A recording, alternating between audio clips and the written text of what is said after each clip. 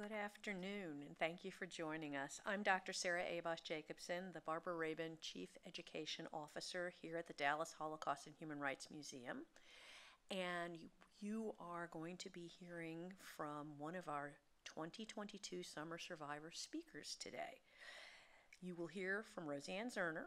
She was born in Kaunas, or Kovno, Lithuania. She and her family were confined to the Kovno Ghetto, but her parents were able to arrange for her escape and she survived the war in hiding. Her story is fascinating and there's a lot more detail, and she will share that with you. Before we begin, I would like to thank our community partners for the Summer Survivor Speaker Series: Legacy Senior Communities, Mosaic Family Services, Refugee Services of Texas, and Southwest Jewish Congress. We are grateful for their support of the museum and our programs. I would also like to extend a special welcome to our board members, and volunteers in the audience. We couldn't fulfill our mission without you. If you're interested in becoming a member or a volunteer, please visit our website, dhhrm.org, to learn more. And I'll say what I always say is, what are you waiting for? We would love to have you join us. In just a moment, Rosian will share her story with you.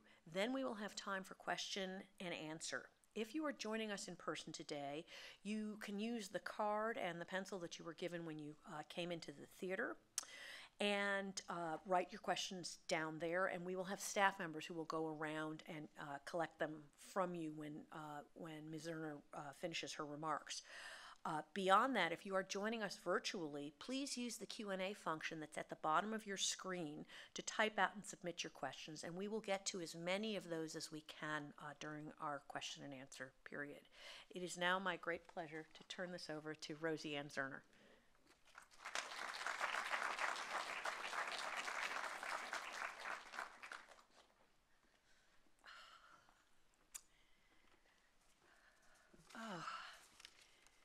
Where are you? You're all here, but I want to thank the Dallas Holocaust and Human Rights Museum for including me in their programming. And I want to thank you, each and every one, for showing up today. Your showing up in your presence is a sign that there is an interest not only in my story, but an interest in knowing more about the Holocaust, which is not just history, but it's a beacon and a lesson of what should and should not happen. So I want to thank you for that, and I want to thank you for being a participant in not just a bystander, because by being here, you can become a vessel, a prophet for a better world, for a better journey ahead. There's so much wickedness in the world, but there's much goodness, and I hope you will be the ones that will carry forward our future in that direction. So I was born in, you have to read this, and then I was born in Lithuania. Many of you may not even know that this is one of the Baltic states. It's the largest of the Baltic states, but it fits into Texas 10 times. And its population of the entire country is 29 million or so, and that's just about what Texas has as far as population is concerned. So it's very small. But at one point in the 14th century, it ruled all of Europe all the way to the Baltic Sea. It is also the country that started the domino effect that toppled the Soviet Union. It speaks a language which is now the oldest spoken language in the world. It's based on Sanskrit. It has 6,000 lakes or something, but some of them are puddles, I guess. And then it boasts the first university in Europe, that it's the center of Europe, and it was the last country in Europe to denounce paganism for Christianity. Even now, there are women with names of flowers, and there's still some vestiges of that, but they're also extremely religious. There are wooden crosses everywhere on the roads. They have the Black Madonna, which is a site of pilgrimage, and it is a totally Christian Catholic country. The Vilnius was also the seat of one of the greatest Jewish centers of learning. The Vilna Gaon was known throughout the world, the Jewish world, and the capital of Lithuania, Vilnius, was called the Jerusalem of Lithuania. Kaunas, where I was born, had 40 synagogues before the war, with a small population. After the war, there was one in rubbles. You can see the map of Lithuania on your upper left, and a little kind of an overview of Kaunas. It's a very sweet medieval city, and this was the center of Kaunas, I suppose, when I was born a long time ago. So just wanted you to acquaint with Lithuania before we move on to my childhood. Well, I had a very happy childhood. My father was an attorney who had graduated from military school, and he became a successful businessman. We had, as you can see, one of the 1935 Fords there with a very low license plate. There were not too many cars in Lithuania at that time. And my father is there with me in his arms, and my mother is on the other side with me. We were on the right, I am with my nanny and with a book. I was reading at the age of 3, and most of the photos taken of me at that time were with a book. We lived in several homes in Kaunas, and then the Soviet occupation came. The tanks rolled in. They took over Lithuania, and there was not too much welcoming of the Soviets. As a matter of fact, Lithuanians blame the Soviets for more of World War II than the Germans even though the Germans were plundering Lithuania and sending goods back to Germany, unbeknownst to the Lithuanians mostly. That was the last picture taken of me on the left before everything fell apart. I'm standing in front of my grandfather's building that he owned in the center of Kaunas, and life was good. We had servants, we had vacations in the seashore and in the countryside, and never expected what was happening next, of course. Here is Hitler marching into Lithuania, very welcomed.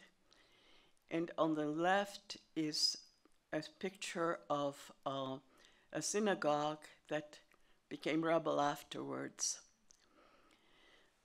On the bottom is a horrific photograph because it was one of the first brutalization of the Jews that happened just blocks away from where I was living.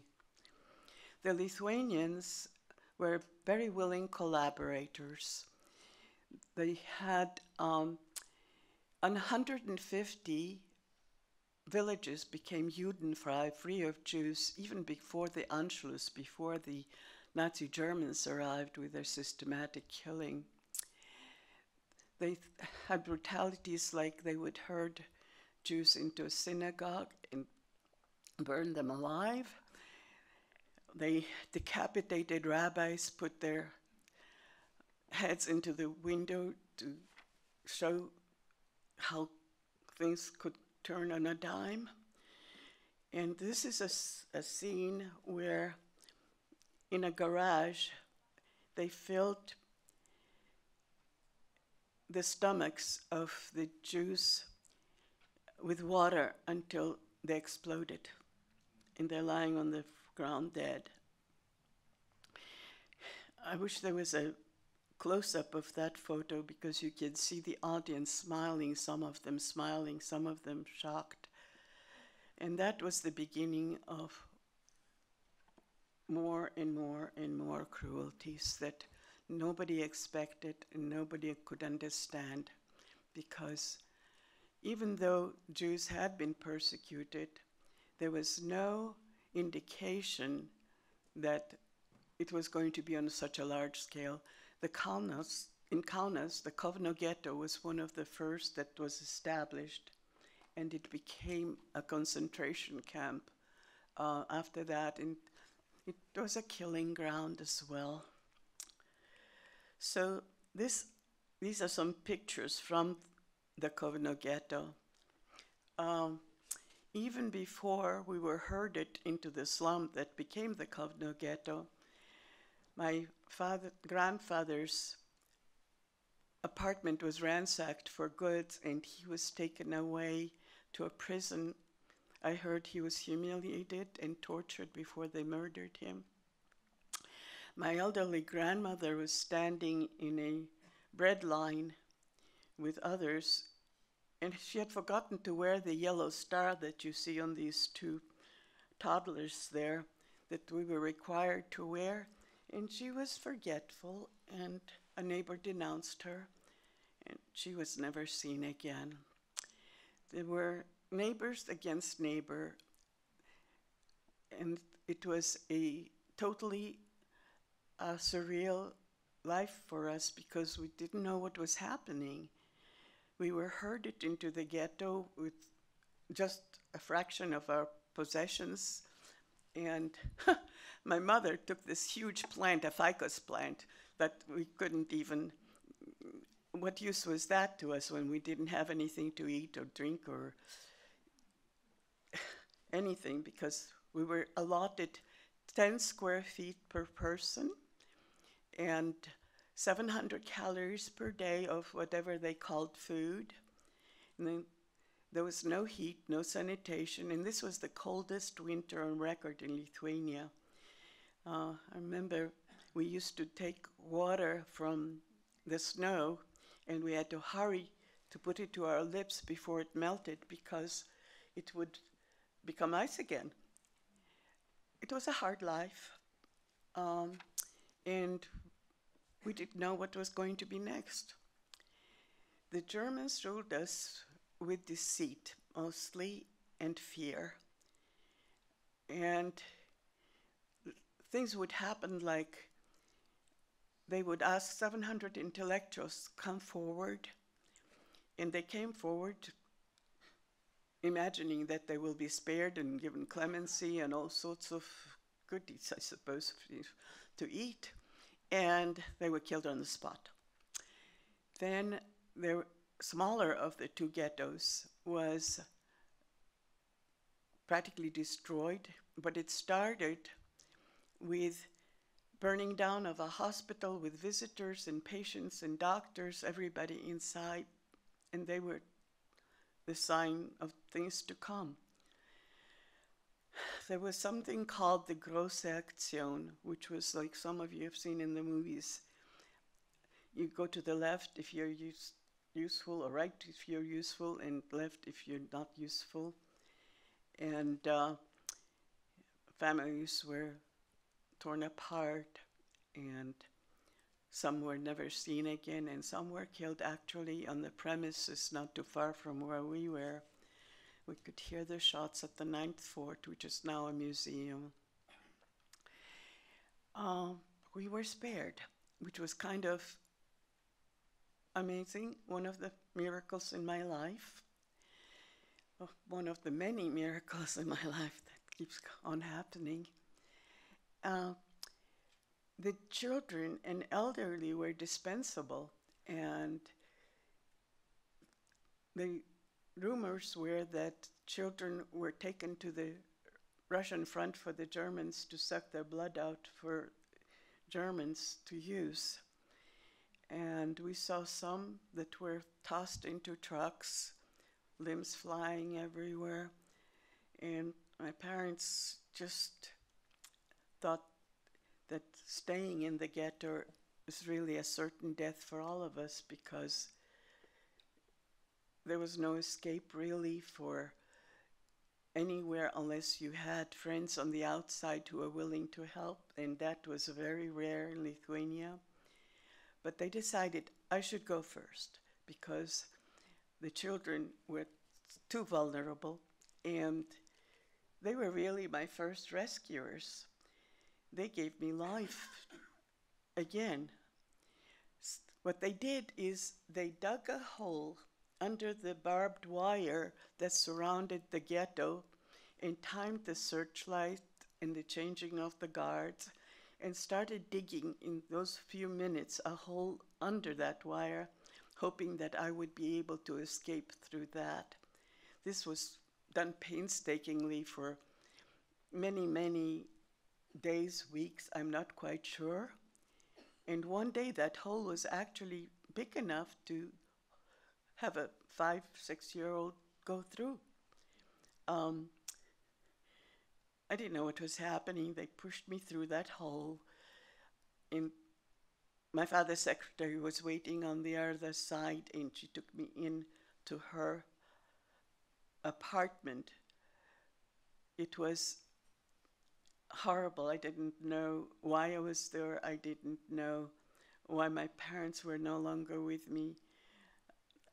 I thought, they just didn't want me to be there with them. I didn't understand the entire process. I mean, when you look back on you being 5 years old or 6 years old, this is not the world that you were brought into, I'm sure. My first rescuer outside the ghetto, Sonia, was my father's secretary, as I said, and I was crying so much that I was endangering her life, so she only kept me maybe for 2 days, but I was fortunate because there was a group of journalists that included a Jewish friend of my mother's that was being hidden by 2 Christian scientists who thought they were doing the righteous thing, and they took me in, and I was able to stay with them for a while until things became suspicious because more food was being brought in. I even got whooping cough at one point, and that is nonstop. And it was a two-family home, and the other side was a Nazi, so I was endangering everybody's life again. Actually, they did a Christian Science healing on me, and I stopped everything. That's what I'm being told, and of course, my memories don't serve me well in everything. So that was part of it. These 2, I will show you their photographs later, were like saints. They hid another person who was going to be probably murdered because she was unhealthy to work. My mother came there to stay with them for a while. And to me, they're huge heroes because, they risked their own lives to save mine and the others. I don't know if you can put yourself in that position, if you can think of your life and not just your life being endangered, but your families, even your servants and pets, if you have them. That was the norm of killings during the Holocaust in Kaunas. So on this slide, you have the 2 toddlers, and I showed you the yellow star we were supposed to wear. The photograph next is 2 women, I guess, saying goodbye because one was being deported, one was not. There's the other one showing the soup bowl that this little boy is carrying. I think he was just about my age at that point. The one on the bottom on the left shows the prison in the ghetto and friends visiting.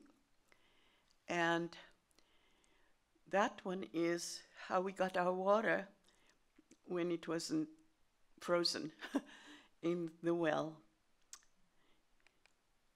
And here are the rescuers. The one on the left is my father's secretary. The one on the top in the middle are the two Natashas. They both had the first name, the Christian scientists. And they were Russian descent, actually. They weren't Lithuanian. The middle is another journalist, Rivka, who was Jewish, she was saving. And on the color picture is one of the Natashas when I visited her after I came back to Lithuania. The one in the middle at the bottom is Helena Holtzmann with her two daughters. Helena was a German, and her husband had the most wonderful intellectual bookstore in Kaunas where everybody gathered that was anyone. Of course, he was Jewish and he was taken away right away. The second daughter was like one of the flower children of the New Age. She would go to German soldiers and say, "This war is wrong. Go home, go back to your families." And of course, she was killed. The third one is Margarete, who stayed on and was also my rescuer, even though she was only 17, because she could have denounced me. Her life was in danger as well. Helena wrote a book that became a bestseller in Germany after she left, because she couldn't stay under the Russians because she was German, even though she saved Jews. And I visited her daughter, Margarete, quite often, as I did the other rescuers as well. I mean, how can you thank somebody for saving a life? What can you do that's good enough? So we sent them goods, but that's not something that can be reciprocated in kind, unless we put ourselves in the same position. The one on the bottom is a picture of Lida, my main rescuer, because when the Christian scientists could no longer keep me because the suspicions were rising, they sent me to the sister of one of the Natashas, which was Lida, who was a farm owner, and that's where I learned how to milk cows and pick apples and herd sheep. It was wonderful for me because she adopted me as the illegitimate daughter of Bronya. And so I would call her mother, then I would call Bronya mother when she would visit me. And then once my mother actually visited me there, and she brought me a doll that she had made out of scraps of wool. And that was my only toy throughout the war. And I kept it until it actually disintegrated, went all the way through to Italy. I am the one in the upper left with the crew cut. I had lice and my head was shaven and it was just growing back. The other ones are other people that Lida saved. She was truly a saint. There was a Russian widow with children who, again, was useless, so they would probably have deported her at least. And there are some other children that Lida saved. And my gratitude to them was limitless. They're all now in Yad Vashem listed as righteous among nations. Yad Vashem has this award that they bestow on rescuers, and it's a very difficult award to receive because it has to be confirmed in so many ways that it becomes a very big process. And there are 27,000 such righteous rescuers, And that exception to the rule gives me hope that maybe, just maybe, there will be hope for more people to come forward, because 27,000 seems like a great, huge number. But compare that to the 6 million Jews that were murdered, 1,500,000 of them children. And in Lithuania, the number of rescuers is 0.04. So it's minuscule. 96% of Jews in Lithuania were murdered. You're looking at a 4%er.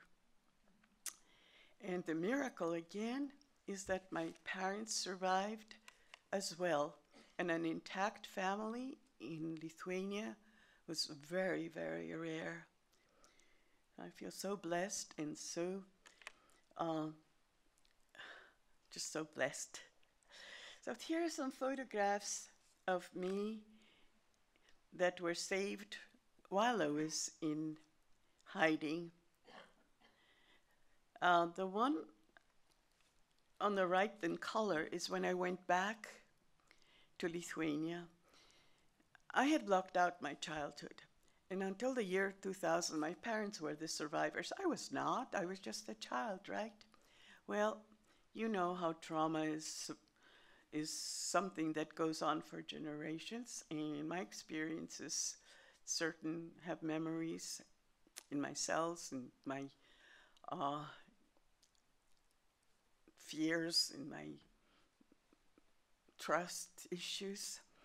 And so I went back, because having blocked out a childhood is like having part of you missing. And I was making the same mistakes over and over again. And I decided, all right, that must be the reason. I went back to Lithuania, retracing my steps. That was like opening a Pandora's box. I couldn't possibly do it all, you know. But then I became active, trying to give back and live my life in gratitude and serve and serve and serve as much as I can. So that is the home where I was hiding, with the laundry still hanging now. And the one in the middle is a photograph of me with flowers, and always flowers and flowers. And that was one of the first paintings that I did. It became part of my life, doing art. And the one on the left is a picture that was chosen by United Nations for their remembrance, United Nations Remembrance event in Paris. UNESCO chose it, and I became the poster child for the United Nations for that event in 2003. And I used that picture because they wanted to show that even during those horror times, there was smiles. And the smiles is something that you can see in me in all the photographs. I think the positive attitude actually helped me survive and not succumb to all the disasters that happened. And here we have the liberation. This is what the Russians found when they came. It was a destruction of just about everything Jewish there was, bodies everywhere. The Holocaust has become like a moral wasteland for everyone that was part of it, either as an observer or as a participant. And it is difficult to describe what 6 million are. It's difficult to describe how one person or 19 people that are murdered, because each soul is precious, and the honoring of life became invisible during those times. Oh, so this is my trip when we escaped Lithuania, escaped the Soviets. I started out in Lithuania, and I went through Poland. Then we went through the Czech Republic, Hungary, where we ended up in prison. And then we came to Italy thanks to the Jewish Brigade. If you have never heard of the Jewish Brigade, try looking it up. It's an amazing, amazing organization that was founded by Israelis, and it became a lifeline for so many Jews. On the upper left, I am with my parents, my mother and my father after the war, still smiling. On the right, I am with some British soldiers in what was a DP camp, a displaced persons camp in Austria, Graz. We ended up there when Austria divided into 4 sections, and we were in the English section. And there were Jews from all sides of the world that were there, and every language was spoken, and every experience was shared. And that's where the Jewish Brigade, they actually stole trucks from the government and took us into Italy. It was an amazing time. My mother, on the bottom left, is playing the accordion with the group in that DP camp. Life was beginning to have some outlets, and she had been trained as a concert pianist with Nadia Boulanger's outfit in Paris, France, and she spoke fluent French, and that's what saved her life, because when she escaped the ghetto by just walking out and taking off her star, she pretended to be a French woman who was a widow of a soldier who was killed. And she had many adventures of her own that were miraculous as well. My father decided, since we're all going to be killed, he might as well die fighting. So he decided to leave the ghetto, and the person who took him out of the ghetto was a German, Fritz Zimmermann, for whom Dad worked in a work detail. He couldn't understand this war. He didn't know what he was doing, and he took the truck into the ghetto, took my father out of the ghetto into freedom. We tried to find him after the war, but he was killed at the Russian front. So my father walked all the way from Kaunas to Vilnius, where the forests were closer, and he went into the forest to become a partisan. I don't know if you've seen some of the movies of the life of the partisans there, but that's how he survived, and with difficulty, because they didn't know whether to accept him or not, but since he had a revolver from the military school, he was precious to them, so they took him in. So this is what happened when we came to Italy. It was the first stable place in my life for a long time. I actually started grade school at the age of 10. I made friends, which I never could keep in anywhere that I went. And life was good, except when we first came here. We had nothing. We slept on cement floors of the Jewish Community Center, and we had nothing to eat. And my parents sent me to another place that was, it was actually a Nazi R&R place where the Nazis used to go. It had marble floors, it had a pool, but it was not that way when it became a refuge for children from all over Europe. About 800 children from all different countries, mostly orphans, were there, and we actually had meat once a week.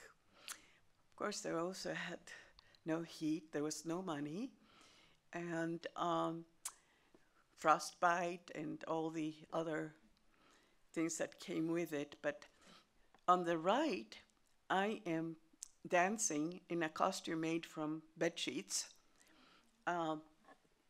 in a performance for the 800 children. And on the bottom left, you have every morning we had to have be counted, and that's where it happened.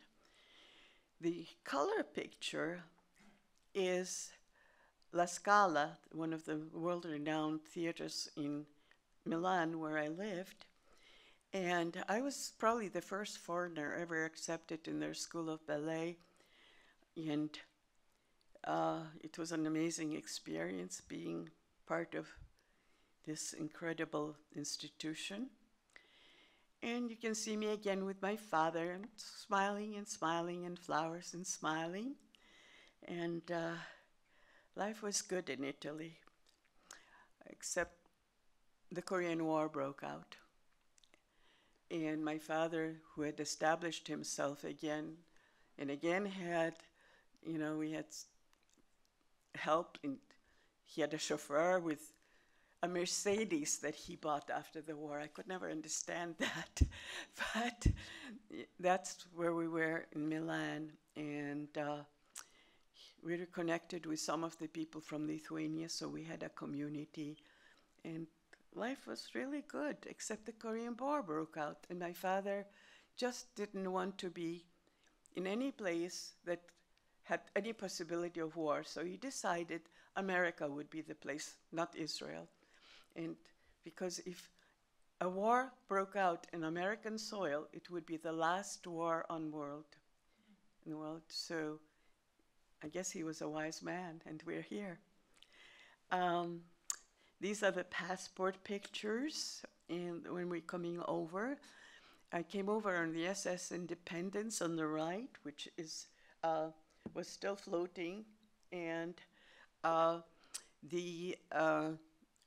had my 16th birthday on there. We came straight to Boston, where we had a family that came here in the mid-19th century for my mother, and it was a whole different ballgame for me. I started my education. I went into 9th grade without knowing English and without having anything except maybe 3 patchy education things in Italian in Italy. I couldn't understand the question of a math problem, never mind solving it. So, but I did end up going to Barnard, Columbia. I'm sitting in the middle on the Columbia statue there. On the left, I'm in a Barnard play where I was a football player, a chemist, and a torch singer. And in the right, I am with my family. It's a little bit dated. I mean, my children are in the 50s. And on the upper left is my son Jay. I'm sitting on my shoulders. My mother's looking up at him. My son Lang, my firstborn, well, a year firstborn. One was April 18, one was April 16. And my brother is under him. My brother was born in Italy, and my father. And on the bottom left, I'm with the grandchildren, my 4 grandchildren. And my mother lived till about 100 and a little bit over 100, and my father to 96. So you can see the Jews are here to stay. The continuity continues, and Hitler lost. So this was a picture of my thank you. Here's a picture of my 80th birthday in Florida when we tried to all get together, a few missing. But family life is good. And then they had me put this into my legacy because in the year 2000, when I decided I was a survivor, I started doing a lot of giving back. Wherever I could give back, I would give back. So one way I can do this is to use my story for social justice, for raising awareness, for being here with you today. And so I started speaking. But when I came to Dallas, I wanted to move away from it and just become a private citizen. It didn't work. I'm here. so, so I'm speaking up there in one of my first speeches in Houston at the March of Remembrance. Beneath there, I am with Bingham, who had a project to do a stamp for his father, who was a rescuer of about 2,000 Jews in Marseille. He was a consul, and he did illegal visas for people, and we have one person in the audience who is part of that, and I would like to recognize Ralph. So I am there in the rotunda of Senator Lantos' office. Senator Lantos was a survivor, and there are so many survivors who have contributed to this country, from Hollywood to movies to music to politics to everything, that it's really something that should be acknowledged. So that was the launching of this stamp in Washington. In the middle, I am with one of the senators. I was the first recipient of the citation by the governor of Massachusetts and the Senate of Massachusetts for the volunteer work I did in Massachusetts. And I was very proud of that because it was mostly work for Holocaust survivors and commemoration of the Holocaust victims. Now, I'm sure you all recognized John Lewis in the bottom left. He's such a legend. And on the upper right is kind of ironic because right now, Kaunas, my city of birth, is the culture city of Europe. And they use me as their poster child. This is just one of the things that they put all over the buildings in Lithuania. It's very ironic. The picture that doesn't show much is the photograph that I showed you before from the United Nations Day of Remembrance.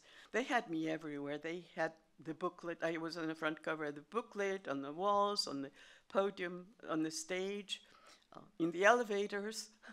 And I try to do as much as I can, and sometimes it helps. But I want to leave you with this, because that's something that you have to take into consideration for yourself. First, they came for the communists, and I did not speak out because I was not a communist. Then they came for the trade unionists, and I did not speak out because I was not a trade unionist. Then they came for the Jews, and I did not speak out because I was not a Jew. Then they came for me, and there was no one left to speak for me. So when you go back home to your families, to your friends, know that you have a message. You can be the prophet of better times to come. As I said, there's wickedness, but there's also good. And by speaking out and not just being a bystander, you can contribute. Because, as Mother Teresa said, it doesn't have, well, she didn't say it that way, but I'll paraphrase her. The drop that one puts in the ocean would not be there because that ocean would be less than that drop if you didn't put it there.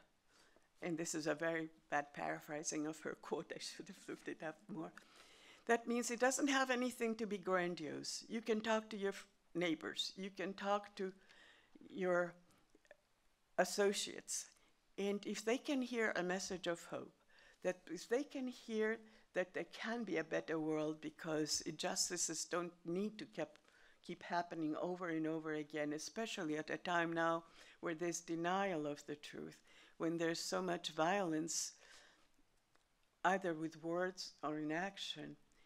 And so much of it is directed against the Jews.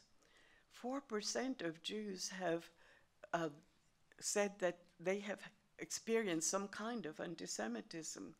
Israel is no longer in the maps in some of the countries, and it's being threatened by being the only Jewish state. We have responsibility. We can't stand by. And when you go back and can present this to anyone who can hear you, you are doing something for yourself as well as for them, for their children, for their children's children, and for many generations to come. Because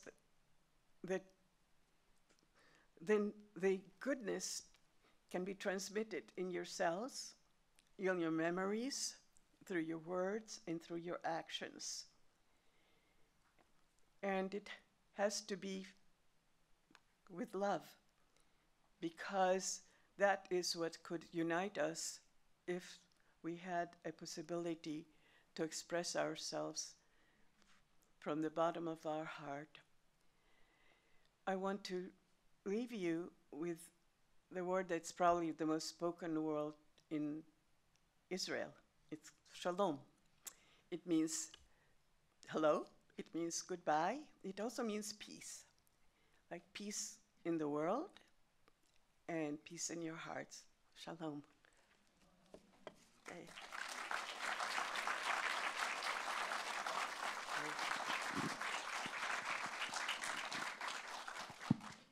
Thank you so much, Rosian. So we have staff who will be going around and collecting questions. If you have a card with a question on it, please just hold it up and somebody will come to you. This question came from one of the audience members. It says, did you know the war was coming to an end and that you would soon be liberated? And did that change how you thought about your experience? You know, one of the things that saves me, it was that I was accepting the world as is. And I didn't know the war was coming. I didn't know the war was coming to an end. When the war did come to the end, I was on the farm, and my mother had just been visiting me. We ended up between two hills in Lithuania. Well, there are not too many hills in Lithuania. It's like Texas. But we were in the middle, and the Russians were shooting at the Germans from one hill, and the Germans were shooting at the Russians from the other hill, and we were in the middle. So I knew something was happening because we were right there where the bullets were going past us. The whole idea of war is something that a child cannot really comprehend. And to me, it was not the lifestyle I used to have. And it just seemed like it was a changed world, and I have to accept it as is. But I didn't know why, and I didn't know it started, and I didn't know why it ended. And to this day, it seems surreal to me, the whole idea that it's happening again in some countries. Yeah. Rosian, if you could restart your life again and redo it, would you want to live through this again? And, oh, hold on, wait, there's more. It says, parentheses, since it changed and shaped your whole life. Yeah, it definitely did change and shape my life, as many of your childhood experiences have shaped and changed your lives. But this was totally unexpected, and I don't think I have the power to change anything. Only God has that. And what I can do is surrender and go with a greater plan and hope and hope and hope that there's no repetition against the Jews with this coming. Unfortunately, every time there's a shooting, every time there is violence, it brings back the memories. And if I could start the life again, I would rather not have those memories. How were you reunited with your parents? And how did your parents know where you were during the war once you left the ghetto? I'll start with the last, because Lithuania is a small country, and there were undergrounds of information. My father was in the partisans, and my mother was in hiding, but she knew where I was, and she knew where my father was because there was communication every so often. So after the war, or just at the end of the war, my mother came to visit me on the farm, and that's where we were caught between the two hills when the Russians arrived. The essence of this is that war is not something that anybody wants to face. And we have had a change in wars instead of world wars, but little wars that are deadly just as much. And now there's rumbling about a third world war, and it is a very turbulent time we're living through. So,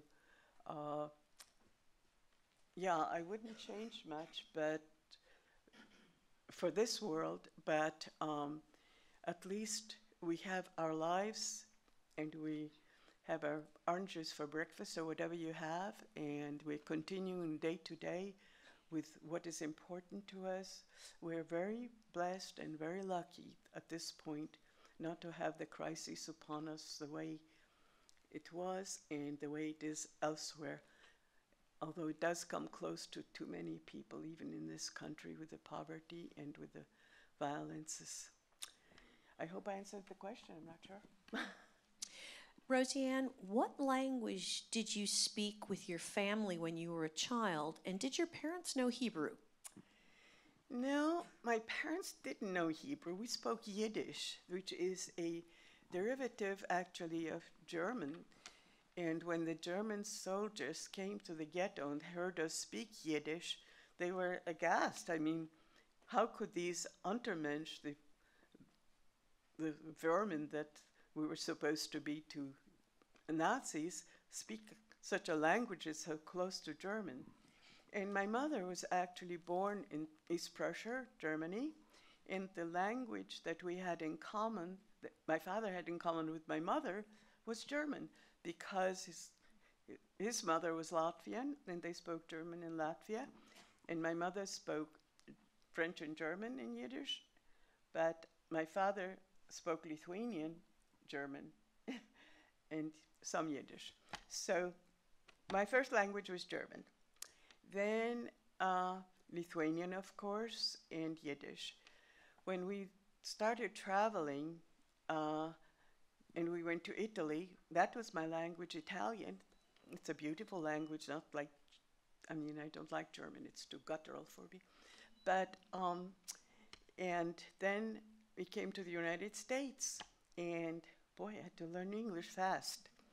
So, yeah, I speak all of them except Lithuanian, which I blocked out. Still blocked out, even though my childhood is back with me. Rosian, how did your personal understanding of family change when you became a mother? It was a challenge, because for many years I did not have an example of parenthood when I was separated from my parents. But fortunately, my children turned out really well, and I was very insecure for many years. There's scarring that one never loses after experiences, and parenting was one of them. My parents were very changed after the war. They had gone through deprivation and many other experiences as well. And family life was not the same. There are many books written about generations in Jewish life after the Holocaust and during the Holocaust with parenthood, and I am kind of a sandwich between the survivors and the second generation, because I'm second generation as well as a survivor, so I've got all the experiences in me. And parenthood, we try to do our best, and sometimes we succeed. I'm happy. Okay. This is the final question, and it's a good one. It's a big one. Oh. What advice would you give to younger generations today? Read between the lines. There's much out there that comes to you with an agenda attached. And there are too many diverse agendas happening all at once in our world. It's difficult to catch up. So be sure to pave your path to be in sync with what is truth, what is important, what is meaningful.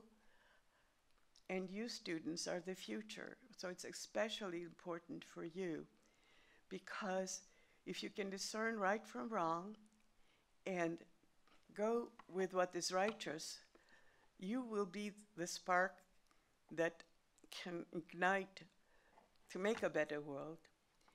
And when you share that with your contemporaries and continue to do so through your life, maybe, just maybe, we can turn around the direction where we're going. And I hope that that is possible. I hope that my message is one of hope, just because I went through such cruelties, actually, that I didn't always spoke about. Doesn't mean that it cannot change. I mean, the fact that there's so much goodness, the exception makes the rule. So why not go for that? So go for that.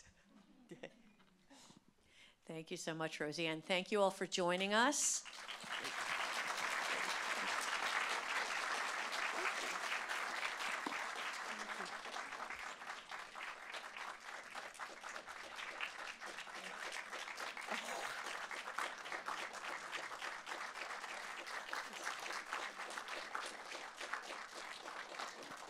From my heart to yours. Thank you.